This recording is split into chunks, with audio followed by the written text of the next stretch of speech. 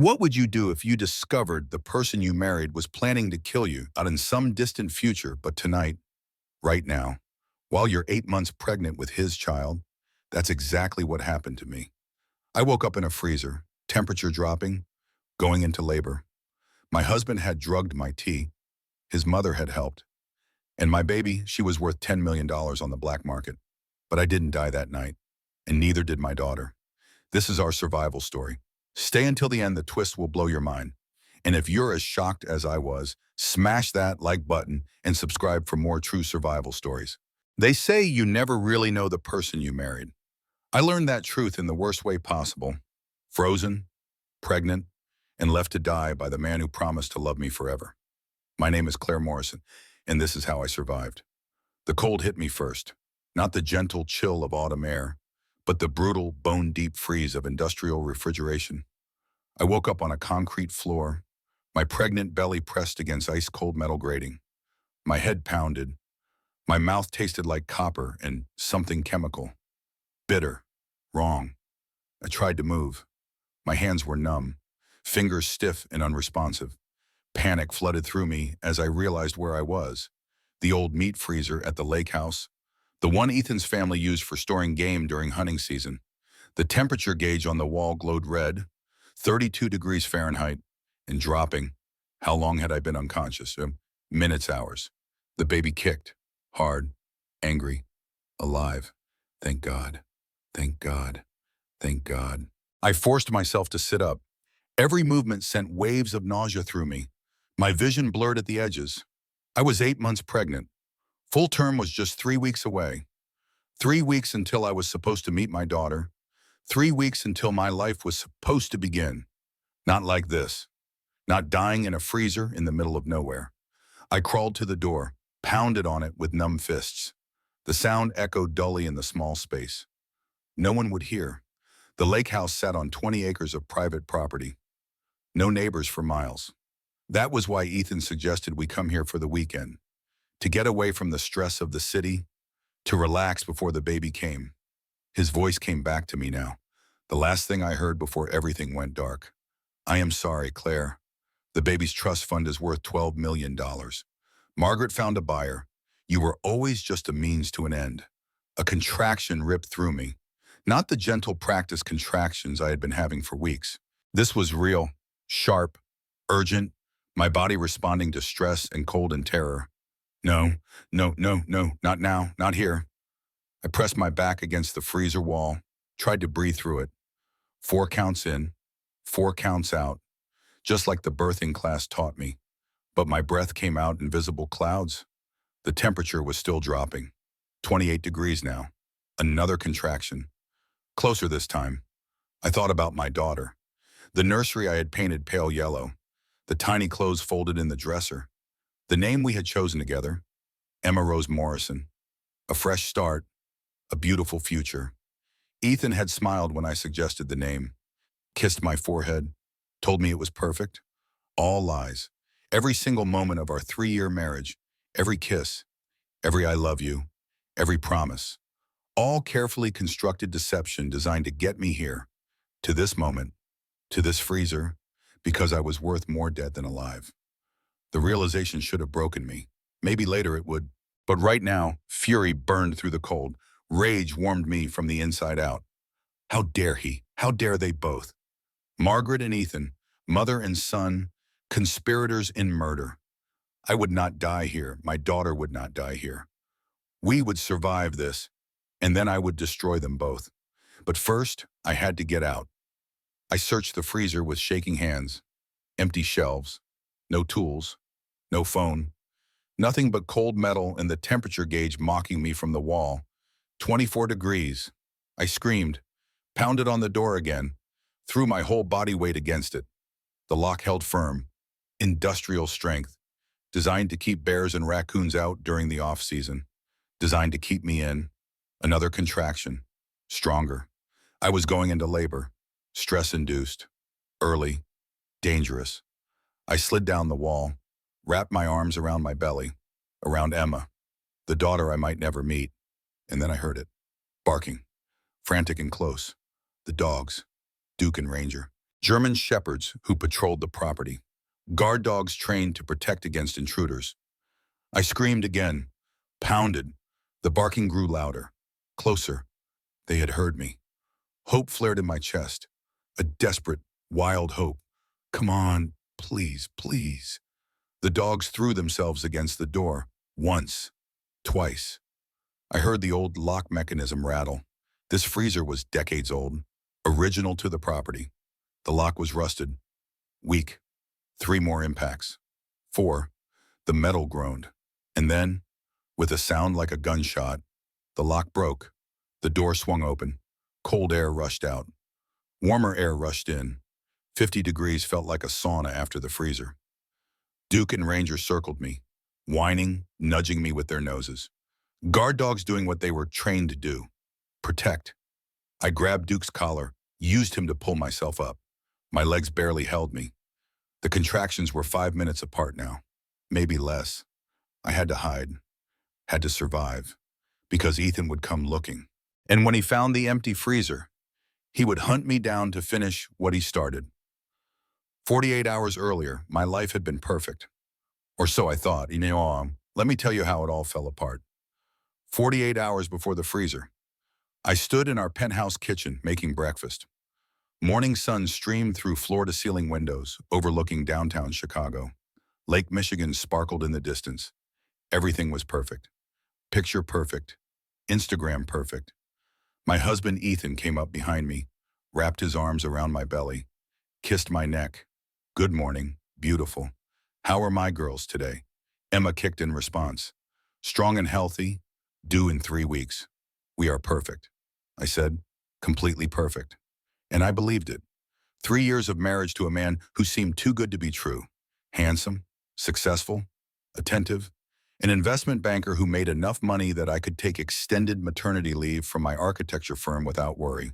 A husband who rubbed my swollen feet, who painted the nursery by himself when I could not handle the fumes, who talked to my belly every night, telling our daughter about the world she would soon enter. Too good to be true. Why had I never questioned that? My phone rang. My best friend, Rachel. I had been avoiding her calls for weeks. She had never liked Ethan. Said something about him felt off. That he was too perfect. Too attentive. That real people had flaws and Ethan never seemed to show any. I had dismissed her concerns as jealousy. Rachel had been through a brutal divorce. Maybe she just could not stand to see me happy. Now I wish I had listened. That afternoon, I had an appointment with my obstetrician, Dr. Stevens, a warm woman in her 50s who had guided me through every step of my pregnancy. But when I arrived, her expression was troubled. Claire, can we talk about your insurance, she asked. My insurance, it is fine. Ethan handles all that. She pulled up something on her computer. Someone tried to add a rider to your policy last week. Accidental death during childbirth.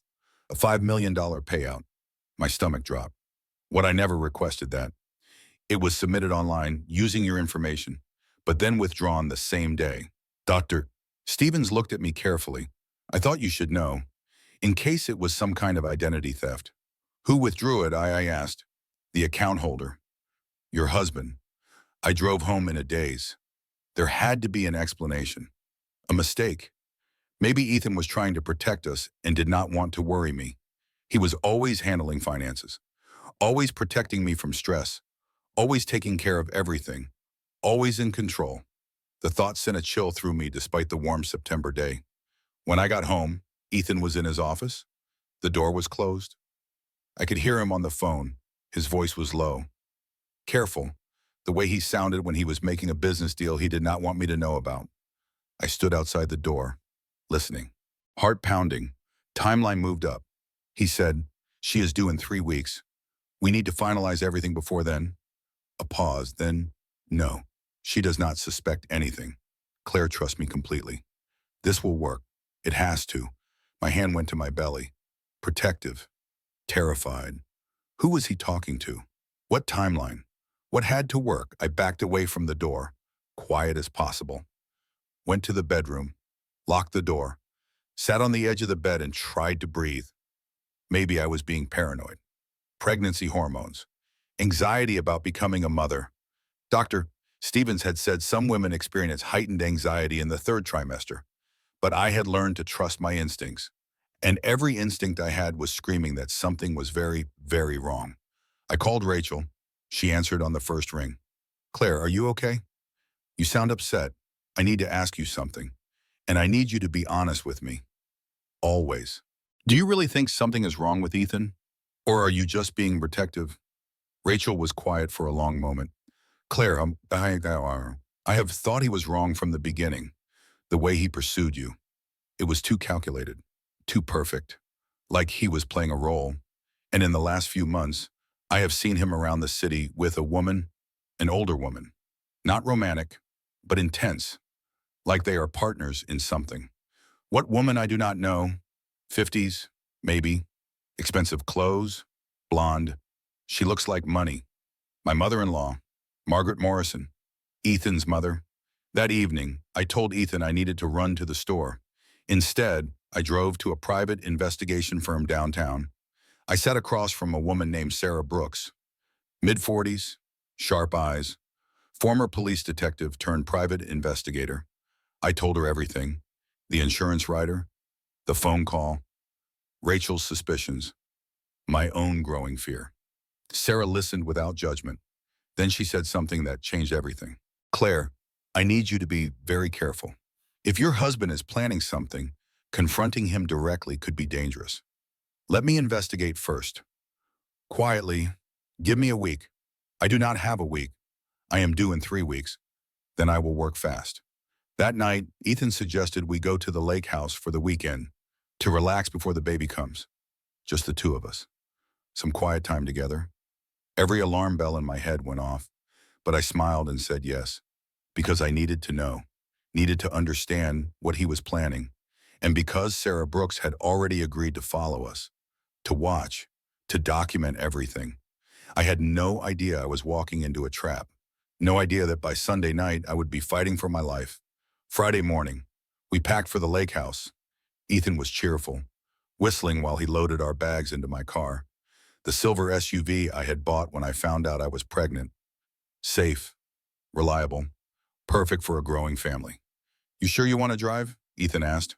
I can drive us in my car. I need the practice. I said, once Emma comes, I'll be driving her everywhere. Might as well get comfortable with the car seat installed. He smiled. You are going to be an amazing mother. The words should have warmed me. Instead, they felt like ice. We left at 10 in the morning. The drive to the lake house took 3 hours. Through suburbs, then farmland, then dense forest. The property had belonged to Margaret's family for generations. 20 acres of private land surrounding a small lake. The house itself was modest by Morrison standards. 4 bedrooms, a wraparound porch, the kind of place that appeared in magazines about rustic luxury. I had always loved it here. The peace, the isolation. Now that isolation felt like a death sentence. We were 30 minutes from the lake house when it happened. I pressed the brake pedal as we approached a stop sign. Nothing happened. The pedal went straight to the floor. No resistance. No stopping power.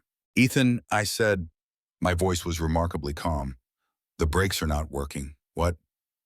He looked over at me, saw my foot pumping uselessly at the pedal. His face went pale.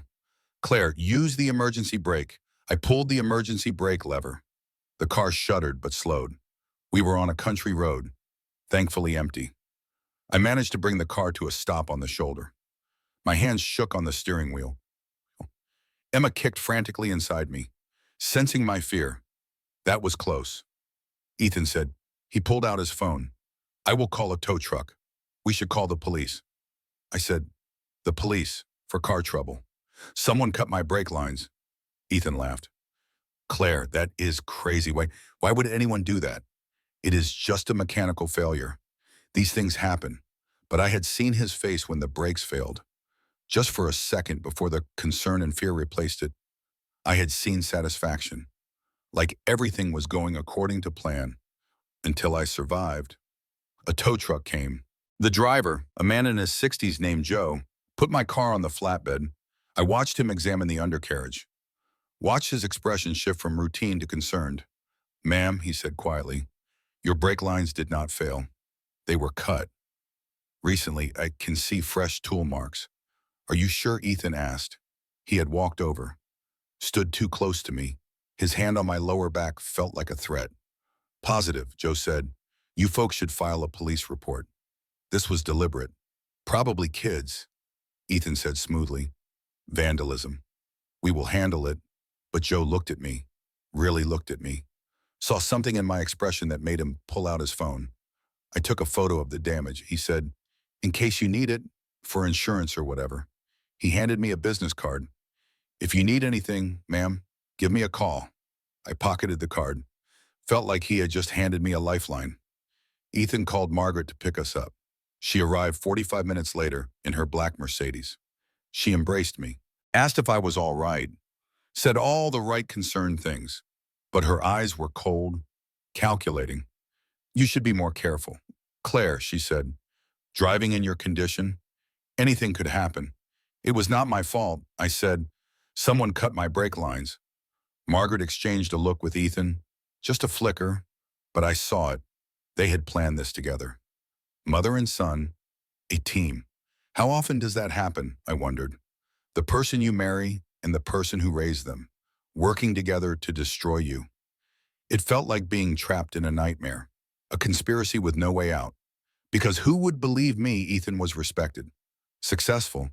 His mother was a pillar of Chicago society, charity work, country club memberships, the kind of woman who appeared in lifestyle magazines. And I was a pregnant woman with hormones and anxiety. At least, that is what everyone would think. We arrived at the lake house just after noon. Margaret helped me inside, settled me on the couch with blankets and tea. She was playing the concerned mother-in-law, the doting soon-to-be grandmother. I watched her move around the kitchen, noticed how comfortable she was here, how she knew where everything was kept. This was not just Ethan's family home. This was Margaret's domain, her territory, and I was prey. My phone buzzed at a text from Sarah Brooks, the private investigator. Found something. Bank account in Cayman Islands. Ethan and Margaret are both on it. $2 million transferred last month. Investigating source. Be careful. I deleted the text. Looked up to find Ethan watching me. Who was that? He asked. Just Rachel. Checking on me. He smiled. You should rest. Claire, you have been through a lot today. The stress is not good for the baby. He handed me the tea Margaret had made. Chamomile, my favorite. I took it, raised it to my lips, smelled something underneath the chamomile. Something bitter, chemical. I pretended to sip. Let the liquid touch my lips but did not swallow. Set the cup down after a moment. I think I will take a nap, I said. Good idea. Margaret said, we will be right downstairs if you need anything. I went to the bedroom, locked the door, poured the tea down the bathroom sink. My hands were shaking so hard I almost dropped the cup.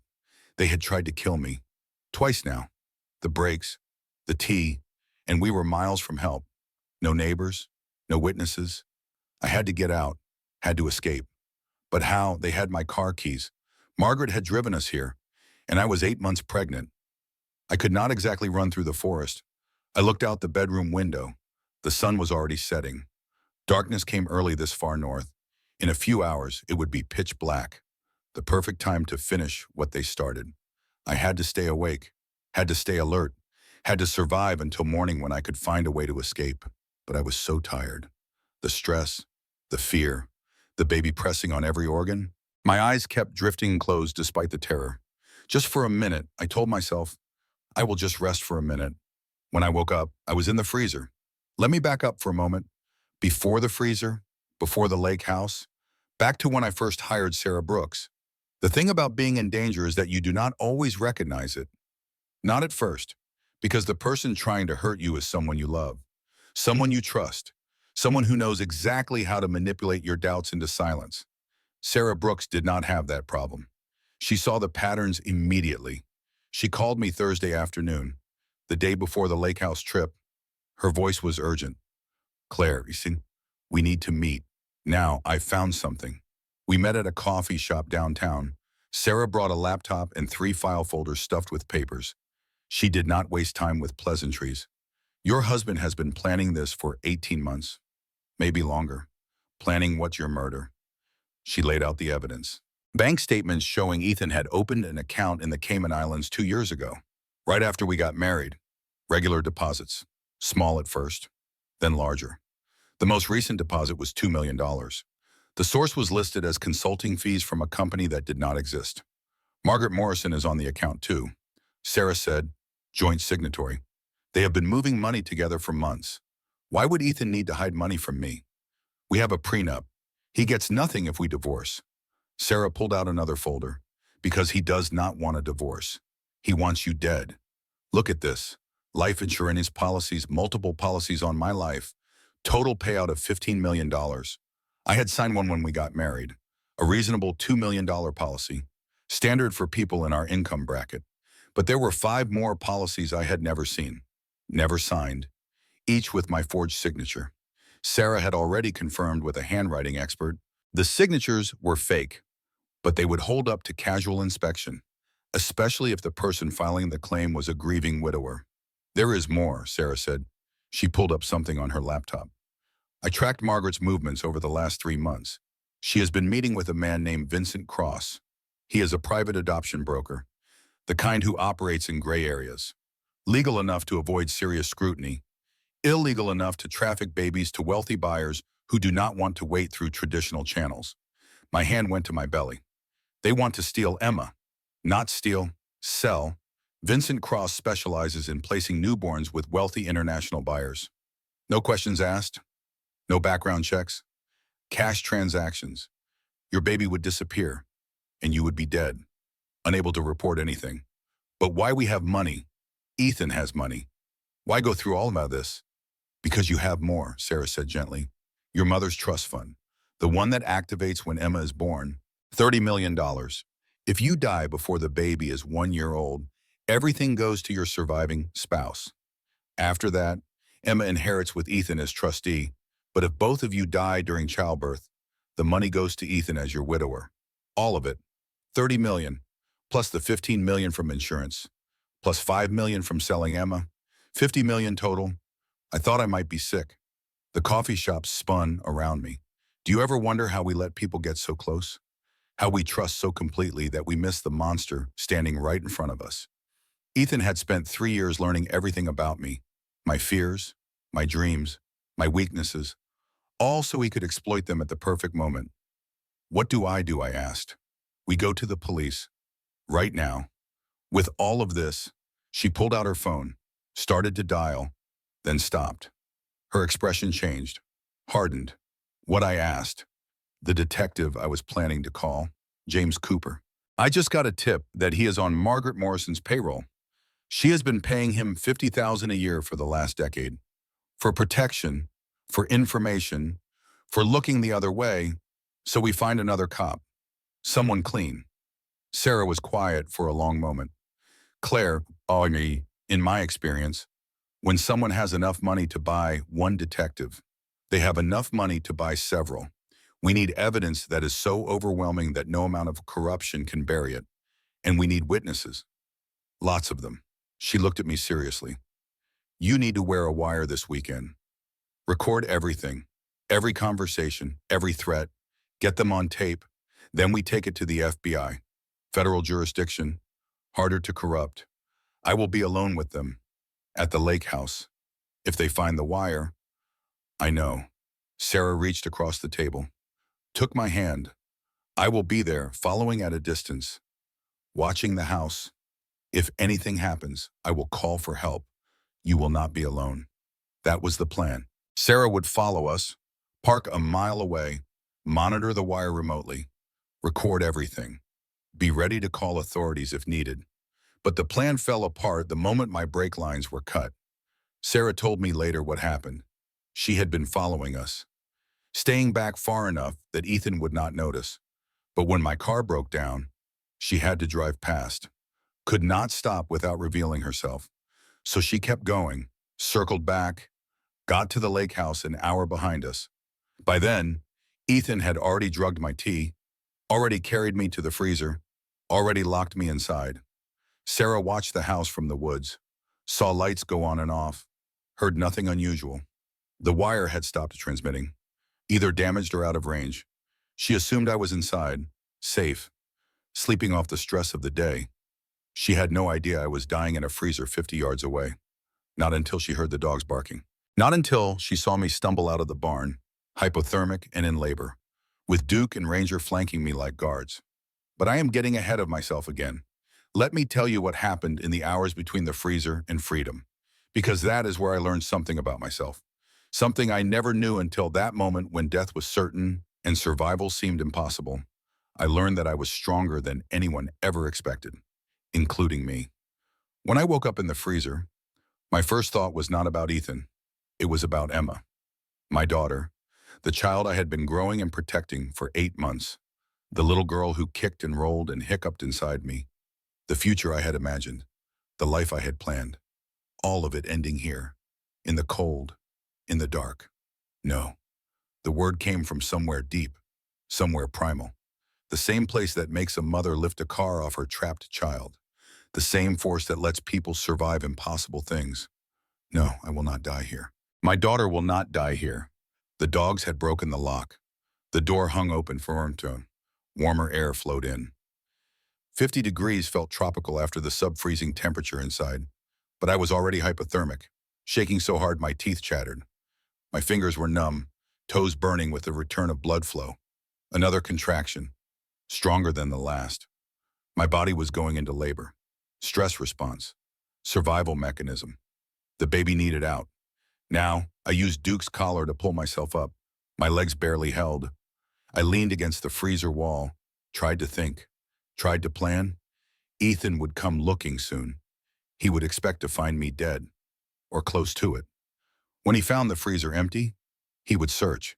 The property was 20 acres, but most of it was forest. Dense, dark, easy to get lost in.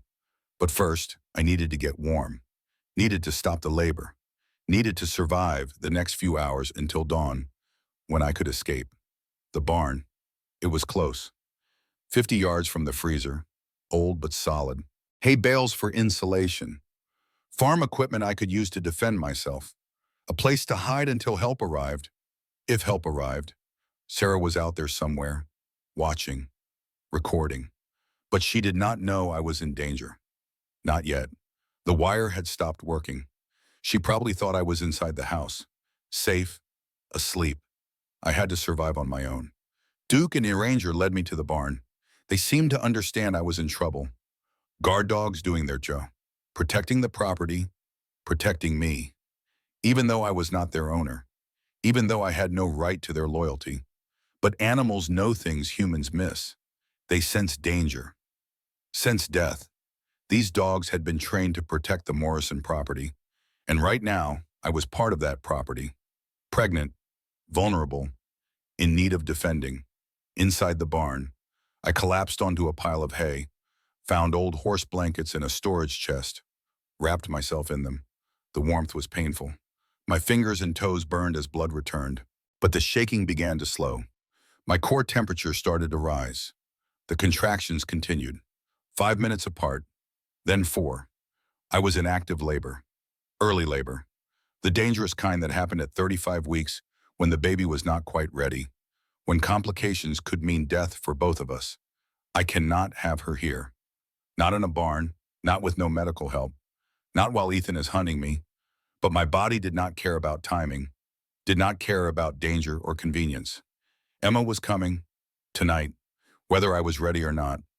I heard voices outside, Ethan and Margaret, arguing. The freezer is empty, Ethan said. He sounded panicked. How is that possible? I checked the lock myself. The dogs, Margaret said. Her voice was ice. You said they would not be a problem. You said they were locked in the kennel. They were. I do not know how they got out. Find her now, before she gets off the property, before she reaches the road. What if she already called the police? Then we have a different problem. Margaret's footsteps came closer to the barn. I pressed myself deeper into the shadows, held my breath. Duke and Ranger lay beside me, silent, still, like they understood we were hiding. We stick to the plan. Margaret continued. Claire fell into the lake. Tragic accident. Pregnant woman wandering in the dark. Slipped on the dock. Drowned. The baby too. We show up at the police station tomorrow morning, devastated, grieving. They will never suspect anything. And if they find evidence, if that private investigator has been following us, then Vincent takes care of it. Margaret's voice held no emotion, no regret, just cold calculation. He has people. The investigator disappears. The evidence disappears. We have too much invested to back out now. Vincent, the adoption broker, the man who was supposed to buy Emma. But Margaret was talking about him like he was more than that, like he was an enforcer, a cleaner, someone who made problems disappear. How many times had they done this before? How many women had they targeted? How many babies had they stolen? The thought made me sick. Or maybe that was another contraction. Harder now. 3 minutes apart, I bit down on my hand to keep from crying out. Tasted blood. Emma kicked frantically. She was running out of room, running out of time. Her heart rate was probably through the roof. Stress hormones flooding her system. I am sorry, baby girl. I am so sorry. Mommy is trying. Mommy is fighting. The voices moved away, toward the lake, searching. I had maybe an hour before they circled back, before they checked the barn. I needed a plan, needed a weapon, needed something. I looked around the barn, old farm equipment, tools, a pitchfork, a rusted axe, a hunting rifle mounted on the wall. I checked it, empty, but Ethan would not know that. From a distance, in the dark, it would look real. I had an idea. Dangerous, stupid, but better than nothing. I would set a trap, use myself as bait, draw them into the barn. And when they came, I would fight, because I had nothing left to lose and everything to protect. The next contraction dropped me to my knees. 2 minutes apart now, transition phase. The part right before pushing, before delivery. No, not yet. Please, not yet. But Emma had other plans. She was coming. Tonight, in a barn, with murderers hunting us. With no help, no doctor, no hospital, just me, and two dukes who had decided I was worth saving. I had never been a particularly brave person. I cried during sad movies. I avoided confrontation. When Rachel and I argued, I was always the first to apologize, even when I was right. I liked peace, safety, predictability. But that night in the barn, I discovered something. Bravery is not the absence of fear. It is continuing forward despite terror so overwhelming you can barely breathe. I made my preparations while I still could. While the contractions were still manageable, while I still had strength, the hunting rifle went across my lap. Looked real enough. Heavy, intimidating. Ethan would not know it was empty until he was close. Too close. I arranged the hay bales to create a hiding spot, a nest where I could see the barn entrance but stay concealed. Duke and Ranger understood somehow. They positioned themselves on either side of me, alert, waiting. The baby monitor was my stroke of genius. Margaret kept one at the lake house from when Ethan was a child. She was sentimental about strange things. I had seen it in the nursery room upstairs. Old but functional. I had grabbed it during my last conscious moments before Ethan drugged me. Some instinct. Some warning. I had tucked it into my jacket pocket. Now I turned it on. Placed one unit near the barn entrance, hidden in the shadows. Carried the other unit with me. I could hear everything near the door. Every footstep. Every whispered conversation. And I heard them coming. Margaret's voice crackled through the monitor. She is not at the lake. Not in the woods. She has to be in the barn. Ethan responded, what if she got away? What if she made it to the road? Impossible. She is 8 months pregnant, in labor, hypothermic. She cannot have gone far. Then where is she hiding? Scared. Probably hoping we will leave so she can escape. Margaret's laugh was cold. She does not understand yet. There is no escape. There is only the easy way or the hard way. Their footsteps grew closer. I could hear them now without the monitor. Boots on gravel. Coming to the barn. Duke's ears went back. A low growl rumbled in his chest. Ranger tensed beside me. Ready. I raised the rifle. Aimed at the door.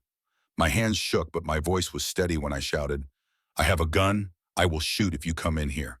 Silence. Then Ethan's voice. Placating. Gentle. The voice he used when he thought I was being irrational. Claire, honey, please. You are scared. You are not thinking clearly. The pregnancy hormones, the stress. You are confused. I am not confused. I heard everything. The insurance policies, the adoption broker, the plan to kill me and sell Emma. I know what you are. Margaret spoke now, her voice harder, more honest. Then you know this ends one way. Claire, you cannot win. Even if you have that rifle, even if you shoot one of us, the other will call the police. We'll tell them you attacked us. Unstable pregnant woman, paranoid delusions. They will believe us. They always believe us. She was right. That was the worst part. She was completely right. A man like Ethan and a woman like Margaret would be believed. They had money, reputation, connections. I was just a pregnant woman with wild accusations. Unless I had proof, unless I had recorded evidence, unless Sarah Brooks was out there somewhere with enough documentation to bury them both. But where was Sarah? Why had she not called the police yet? Why was I still alone? Another contraction ripped through me. I bit back a scream. 1 minute apart now, maybe less. Emma was coming. Soon. Too soon. I heard a phone ring. Ethan answered. What? Yes, this is Ethan Morrison. My wife, no. She is right here, Marmaster. We are at our lake house. Who is this? His face went pale in the moonlight streaming through the barn window. He looked at Margaret. It is Detective Brooks, the private investigator Blair hired. She is at the property entrance. She called the sheriff. They are on their way. Margaret's expression did not change. Then we have 10 minutes, maybe less. Vincent. Now, Ethan made another call. This one was brief, urgent. Then he hung up. He will be here in 5 minutes. Back, entrance, Who is Vincent? I shouted. What are you planning? Vincent Cross was not just an adoption broker. That was only one of his businesses. His real specialty was making problems disappear. Permanently. For the right price. And Margaret had been paying that price for a very long time. I learned later that Vincent had been Margaret's fixer for 15 years. He had helped her cover up the deaths of 4 other women, 4 other wives who had inconveniently inherited money, 4 other babies who had been sold to desperate buyers willing to pay millions for healthy newborns with no paper trail. Ethan was not Margaret's first partner in this scheme. He was her son, yes, but he was also her protege, trained from childhood to charm wealthy women, to marry them, to isolate them, and then to kill them. I was number 5, lucky number 5, except my luck was about to run out. Vincent Cross pulled up in a black SUV, no headlights, silent, professional. He walked into the barn like he owned it. A man in his 50s, expensive suit, cold eyes. He looked at me, assessed the situation. Rifle is not loaded, he said. No firing pin. I can see from here. He pulled out a real gun. A handgun, black and deadly. Make this easy. Claire, you are in labor. You need a hospital. Come with us. We will take care of everything. You will get medical help. The baby will be fine. You just have to trust us. Trust you. The word was laughable, obscene. I am not going anywhere with you. Then you leave me no choice. He raised the gun, aimed at my chest. Center mass, professional, efficient, and Duke attacked. 90 pounds of German Shepherd launching through the air, teeth bared, a blur of fur and fury. Duke hit Vincent in the chest, knocked him backward. The gun went flying. Ranger joined the fight. 2 dogs against 1 man. Vincent was screaming, trying to protect his throat, his face, blood everywhere. Margaret lunged for the gun. I was faster. 8 months pregnant, and I was faster. I grabbed it, raised it, aimed at her chest. Do not move. Do not even breathe. My voice was someone else's. Someone strong. Someone capable of violence.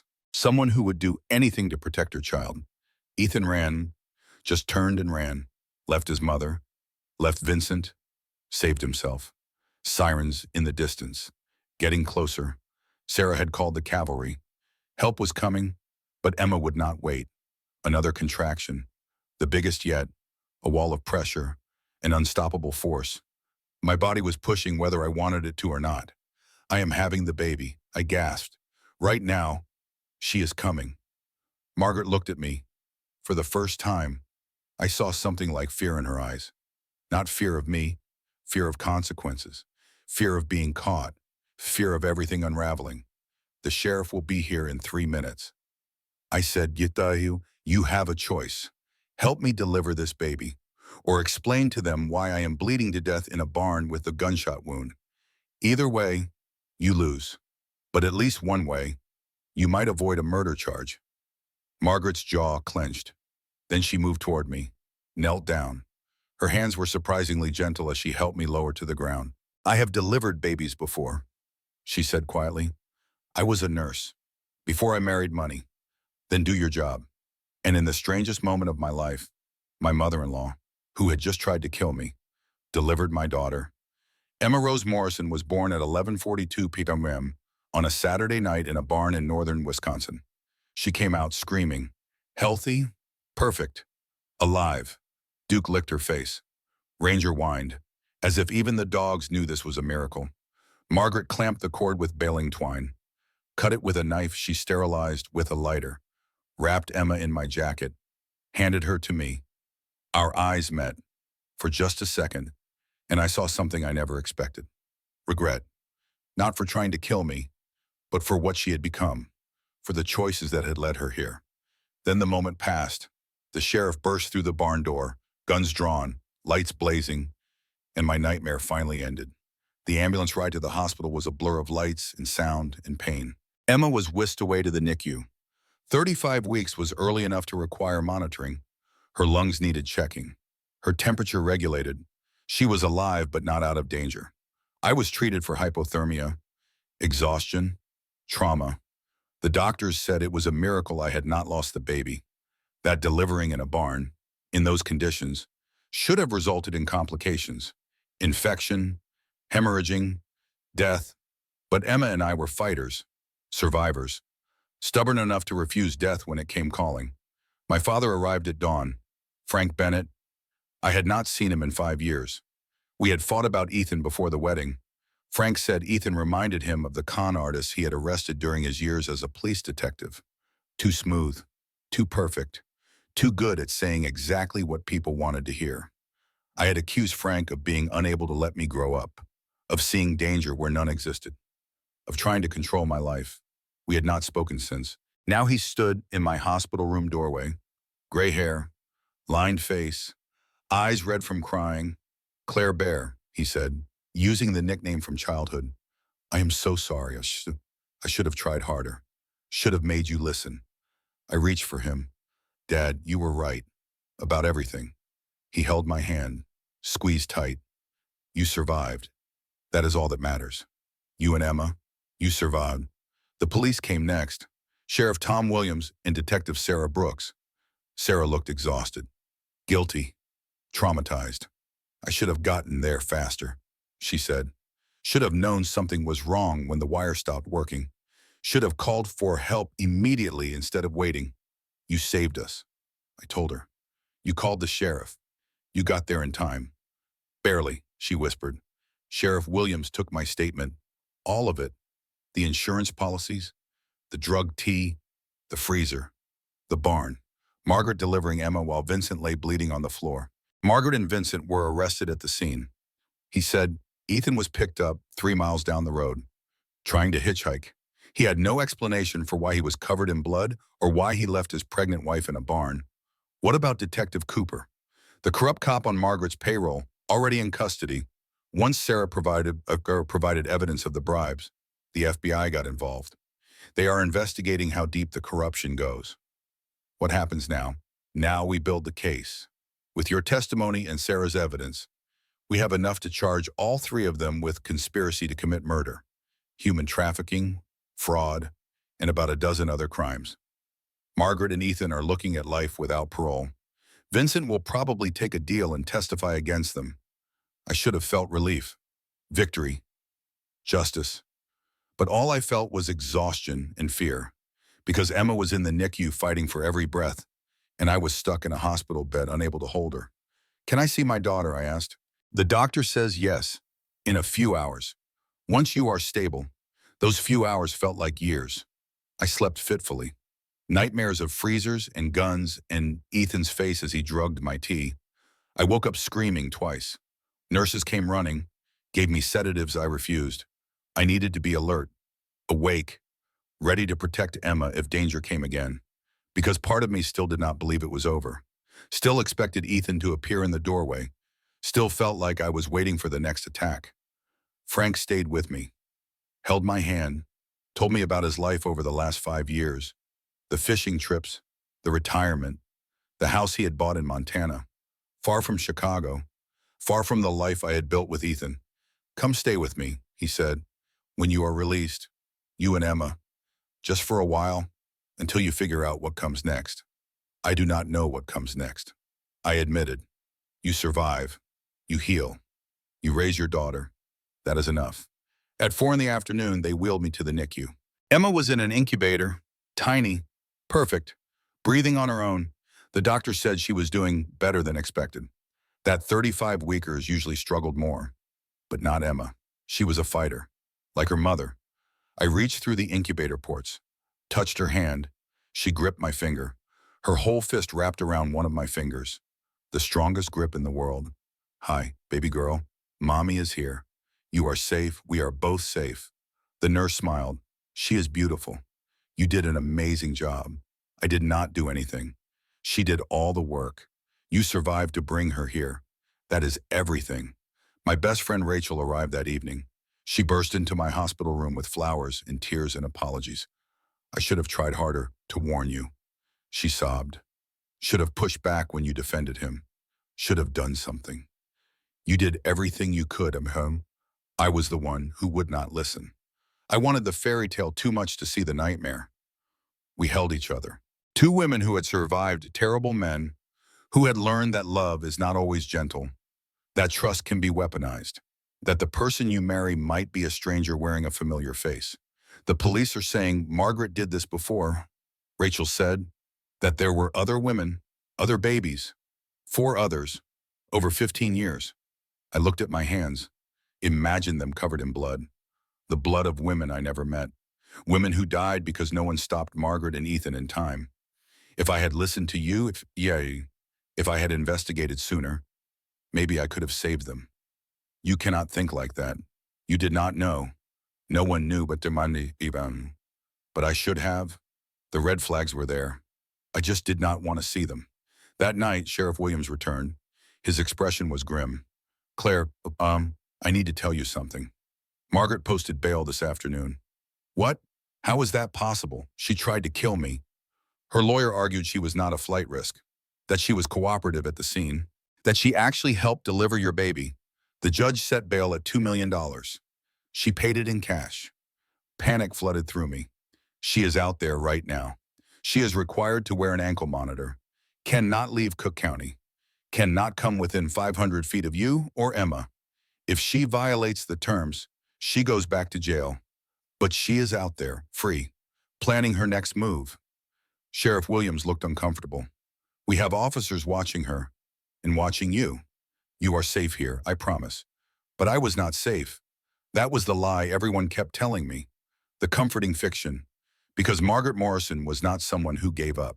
She had spent 15 years perfecting her system, killing women, stealing babies, getting away with it.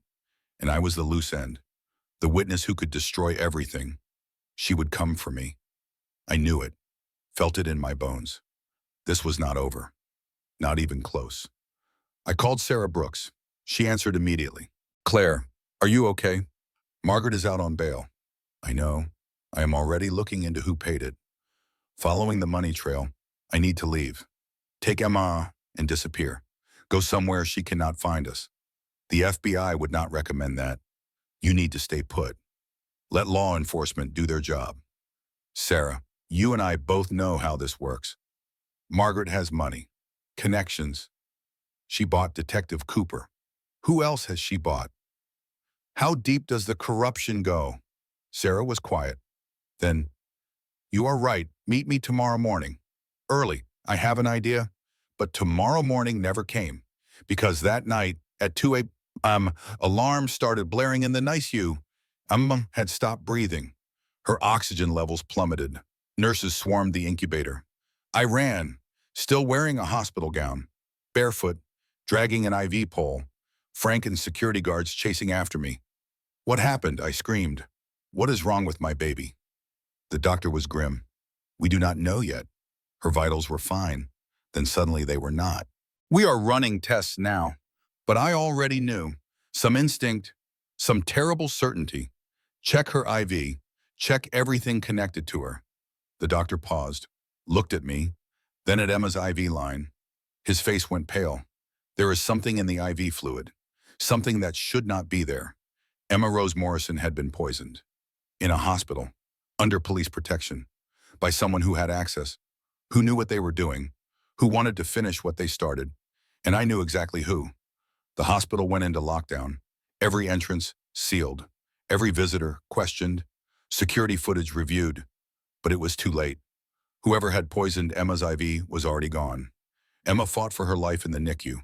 Doctors pumped her stomach, flushed her system, watched her oxygen levels slowly creep back up. She was critical but stable. A miracle. Again. But for how long? How many miracles could one baby survive? The FBI arrived.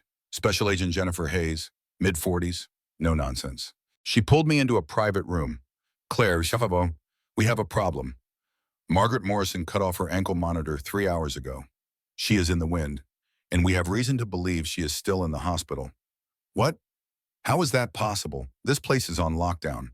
"She had help. We found a nurse's uniform in a supply closet. ID badge for a woman who called in sick tonight. Margaret has been here, in the hospital, probably for hours, waiting for the right moment." My blood turned to ice. "She is coming for me. For Emma." Agent Hayes nodded. "We are evacuating you both. There is a safe house in Wisconsin. Remote, secure, opt. You will be under 24-hour protection until the trial." "When is the trial?" 3 months. Maybe 4. We are fast-tracking this. But these things take time. 3 months of hiding, of looking over my shoulder, of wondering when Margaret would strike again. That was not living. That was barely surviving. "I have a better idea," I said. 2 hours later, it was in a hospital bed on the 3rd floor, highly visible through the window, curtains open, lights on. Sarah Brooks had helped me rig a mannequin in the bed. From a distance, in the dark, it looked like me sleeping. The real me was in the basement, in a storage room, with Duke and Ranger. Yes, I had demanded they bring the Dukes. The ones who had saved me once before. The ones who seemed to understand I needed protection. And with me was a wire, FBI grade, recording everything, waiting for Margaret to make her move. She came at 4 a.m., the darkest part of night, when hospitals are quiet, when nurses are changing shifts, when security is stretched thin. I watched on Sarah's laptop as Margaret entered my fake room. She wore scrubs, a stolen ID badge, hair tucked under a surgical cap. She looked like any other nurse making rounds.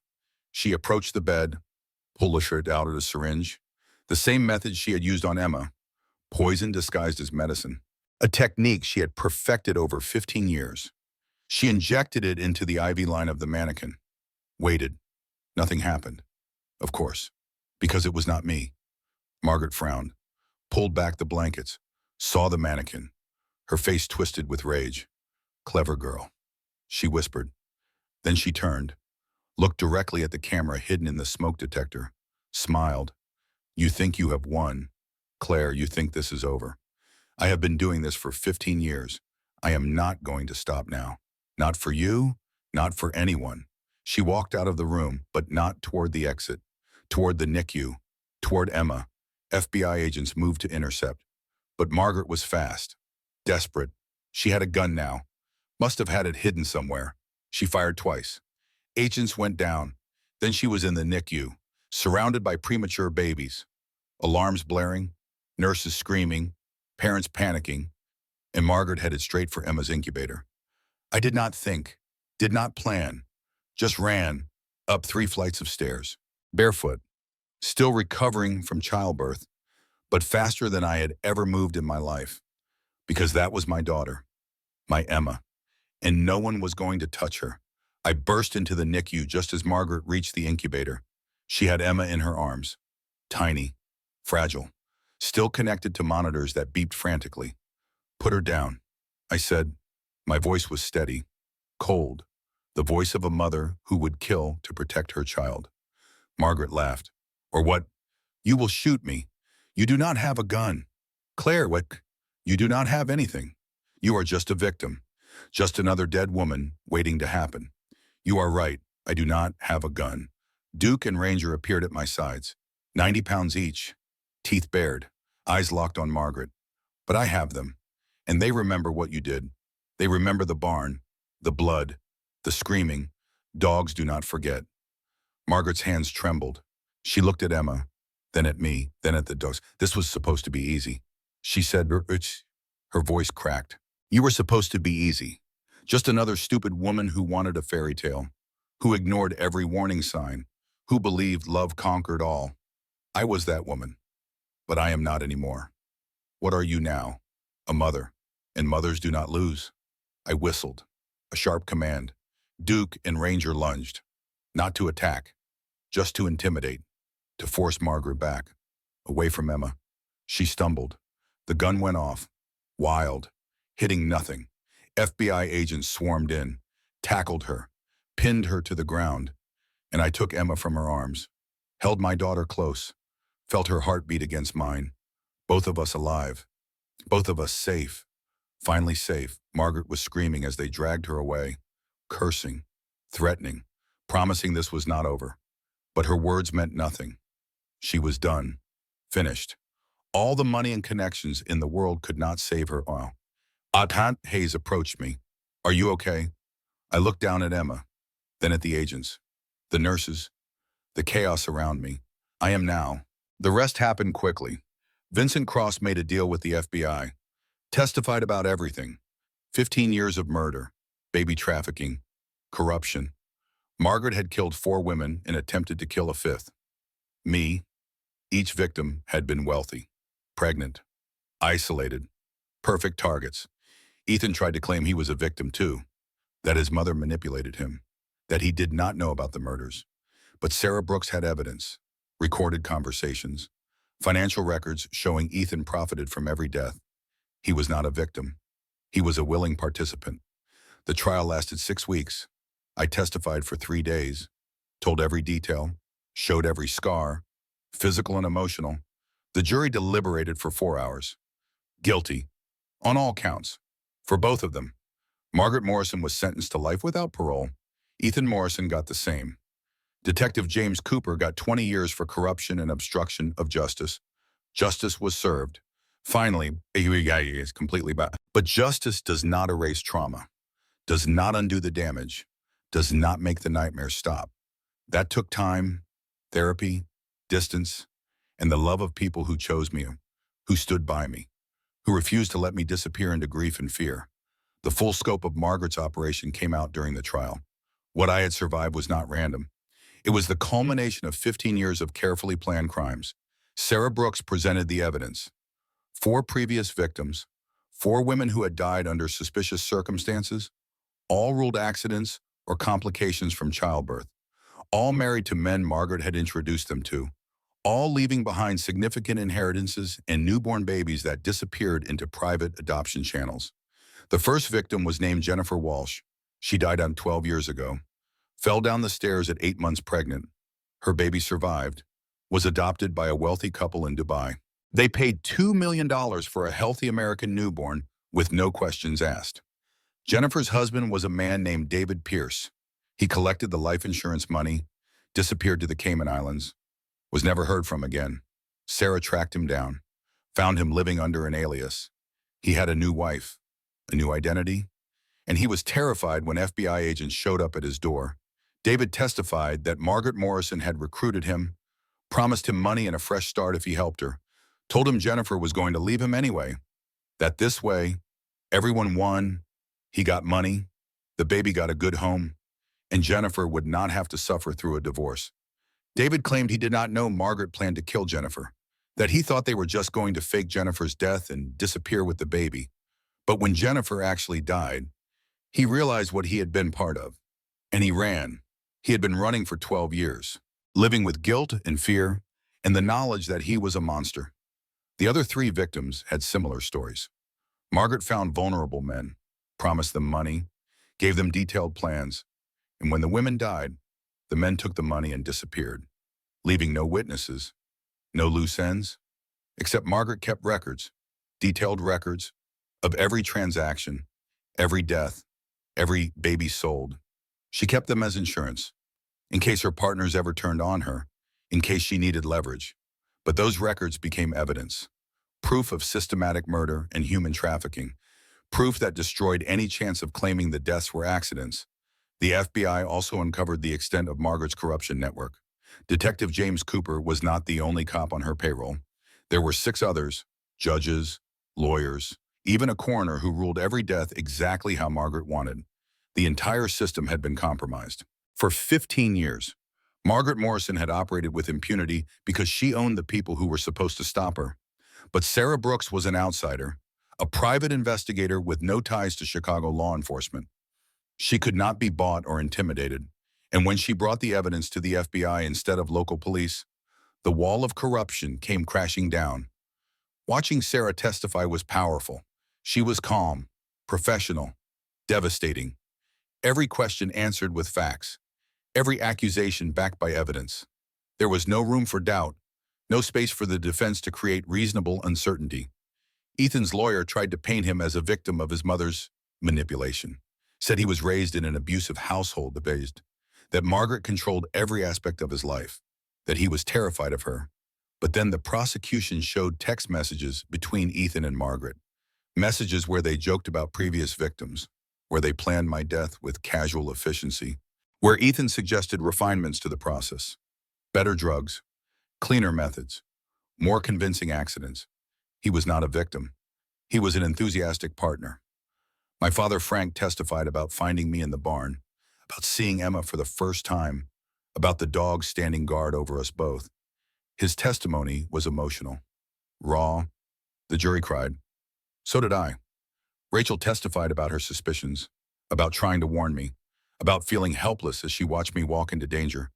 Her guilt was palpable, but the prosecution used her testimony to show that warning signs existed, that people noticed, that I was not crazy for feeling afraid. The defense tried to discredit me, said I was mentally unstable, that pregnancy had made me paranoid, that I misinterpreted innocent actions as threats, that the stress of childbirth caused me to hallucinate the whole thing. But then the prosecution played the wire recordings. My voice, clear, steady, asking Margaret for help delivering Emma. Margaret's voice responding, efficient, professional, the voice of someone who had done this before. You cannot fake that. Cannot claim delusion when there is audio proof. The jury deliberated for 4 hours, came back with guilty verdicts on every count. The judge sentenced Margaret and Ethan to life without parole, said their crimes were among the most heinous she had seen in 30 years on the bench. Detective Cooper got 20 years. The other corrupt cops got sentences ranging from 5 to 15 years. The coroner lost his license and faced criminal charges. The entire network was destroyed.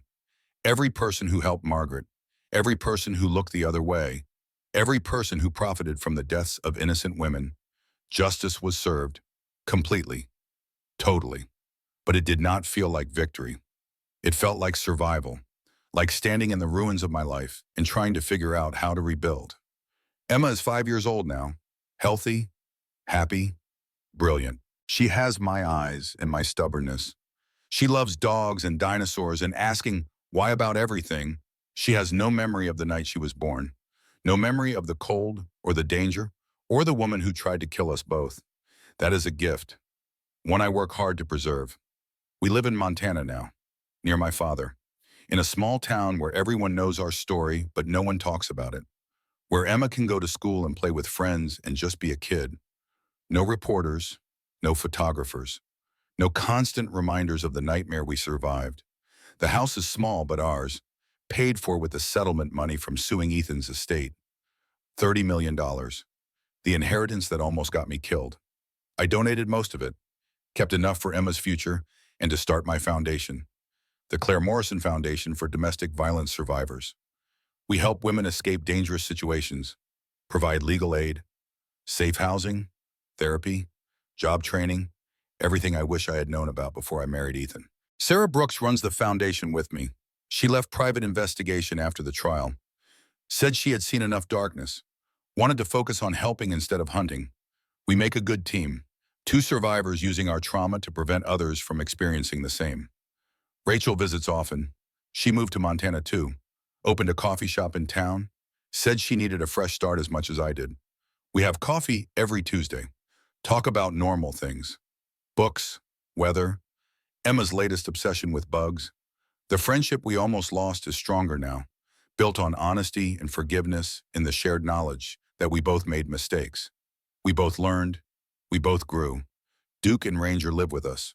They are old now, gray around the muzzles, moving slower, but still protective, still loyal. Emma adores them, calls them her guardian angels. She is not wrong. Those dogs saved our lives. And in return, we gave them a home full of love and peace and endless belly rubs. Frank bought the house next door, spends his days fishing and spoiling Emma and teaching her things I am too cautious to try, like climbing trees and catching frogs and not being afraid of the world. He says Emma needs to know she is strong, that she comes from survivors, that fear is not weakness, but wisdom. He is a good grandfather. The best. Emma is lucky to have him. So am I. I still have nightmares sometimes. Wake up in the middle of the night convinced Ethan is in the house, convinced Margaret escaped prison, convinced the danger never really ended.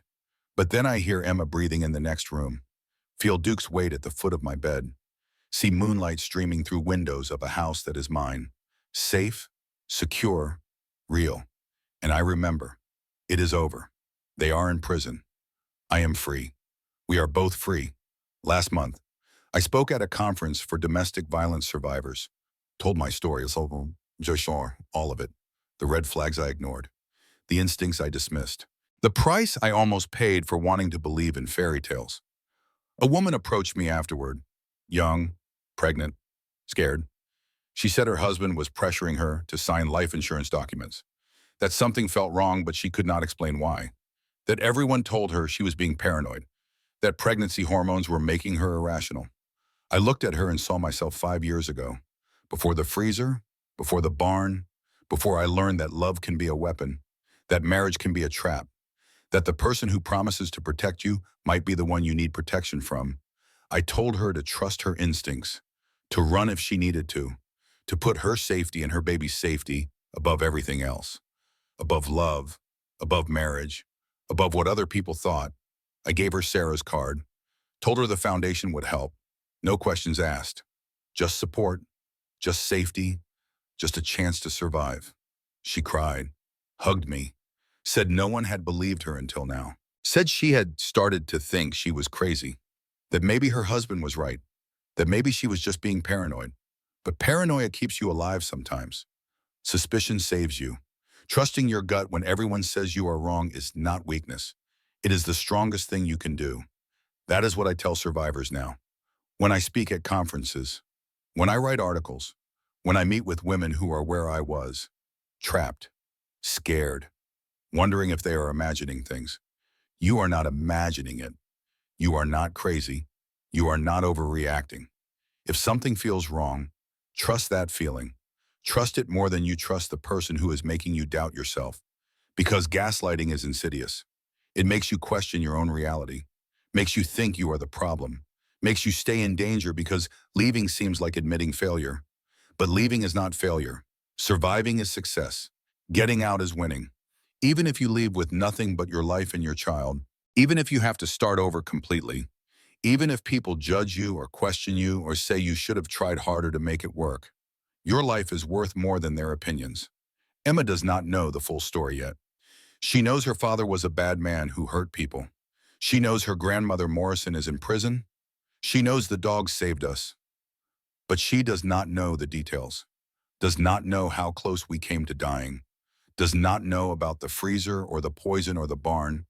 Someday I will tell her, when she is old enough to understand, when she can process the weight of it. But for now, I let her be a child. Let her believe the world is mostly good. Let her have the innocence I lost, because that is what I fought for. That is why I climbed out of that freezer. That is why I survived 3 attempts on my life. So Emma could have a childhood I protected, so she could grow up safe, so she could make choices without fear or danger or men who see her as a means to an end. She will grow up strong, fierce, unafraid to trust her instincts. She will know that family is not just about blood. It is about who shows up, who stays, who chooses you every single day. Her family is me and Frank and Rachel and Sarah. It is Duke and Ranger.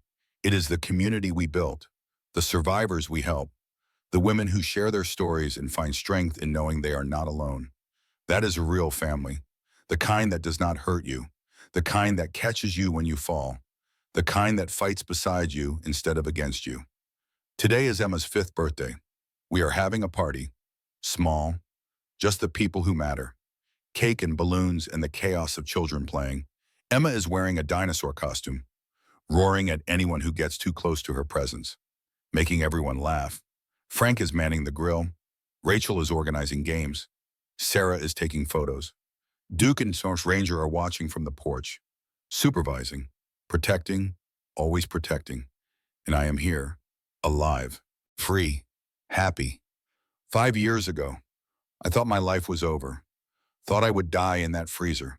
Thought my daughter would never take her first breath. But we survived, both of us, against every odd, against everyone who tried to stop us. We survived, and now we thrive. Emma runs over, throws her arms around me. Mommy, can Duke have some cake? Please, he deserves cake. He is a hero. Yes, baby.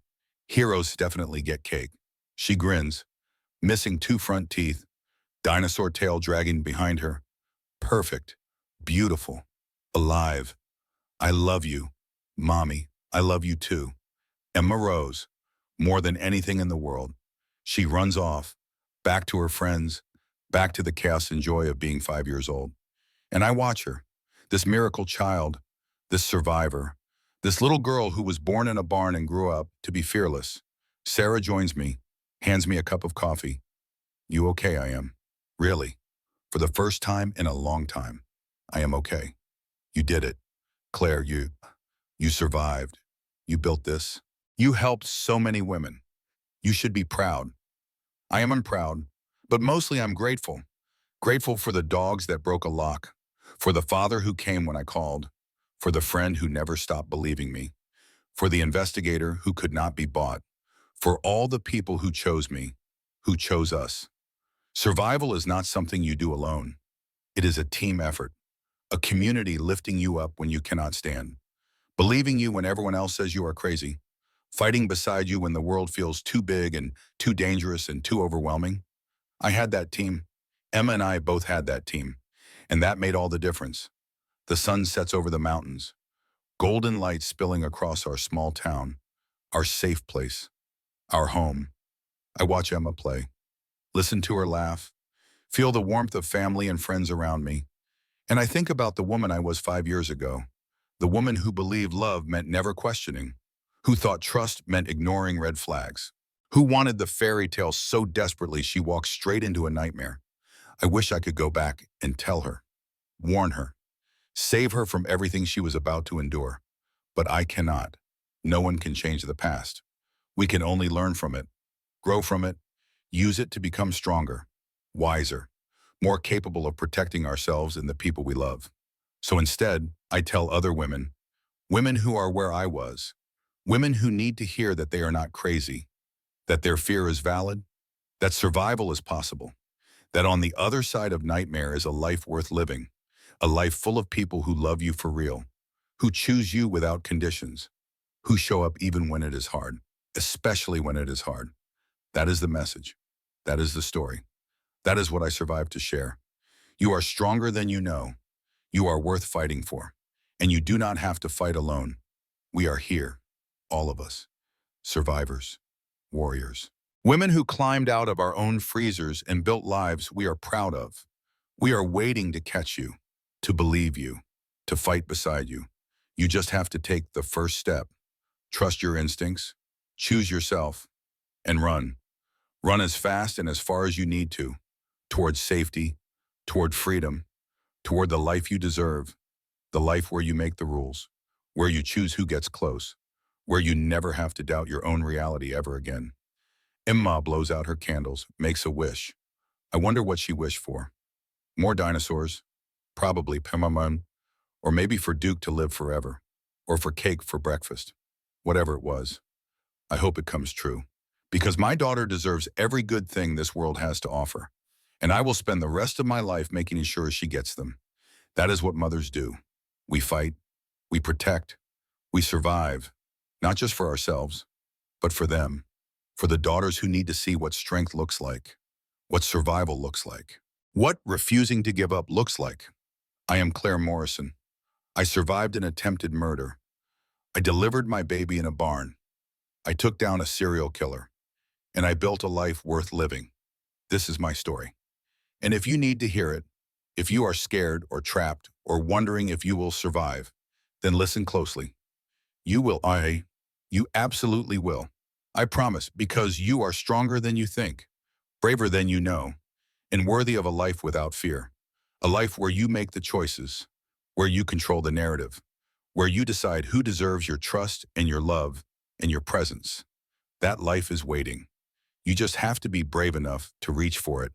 And when you do, we will be here, ready to catch you, ready to fight beside you, ready to remind you every single day that you are not alone.